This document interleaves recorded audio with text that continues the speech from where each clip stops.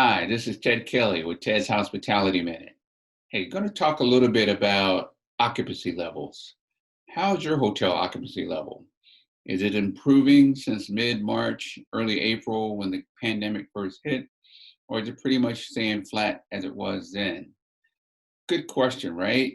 Well, I was reading an article the other day and it looks like it's forecasting that our occupancy levels are probably going to remain very low out through 2021, uh, talking about billions of dollars lost in revenue for the hotel industry.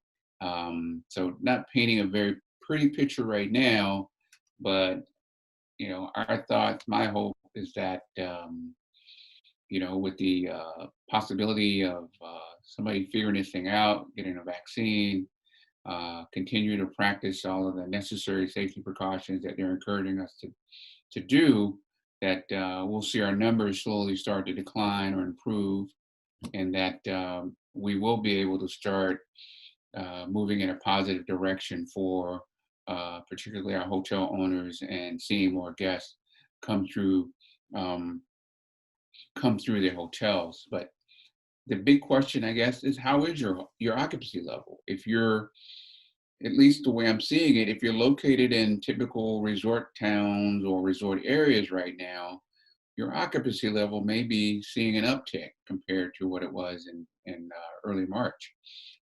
If you're located maybe in an urban setting, metropolitan city, you may not be seeing much improvement in your occupancy level, mainly due that those are not probably destinations that people are trying to travel to right now because things are so much still restricted. But for folks that are close to or within driving distance of a resort hotel, those guys are comfortable jumping in their car, driving to the beach, maybe finding a space for a weekend or something like that, and trying to enjoy a little bit away from the COVID crisis. So hopefully you're seeing a little bit of an improvement.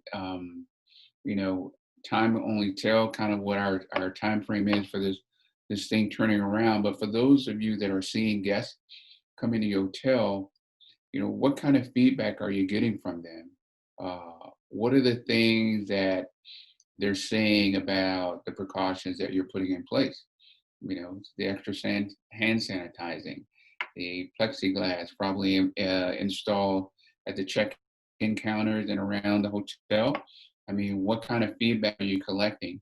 I think that's critical information for helping you kind of plot your course, right? To try to improve your situation for the next guest, so they can see, as we mentioned, I think in one of our earlier segments, we talked about the two C's, where the folks are comfortable and they've got the confidence that your hotel is doing everything to protect them and keep them safe while they're there. So those are very critical.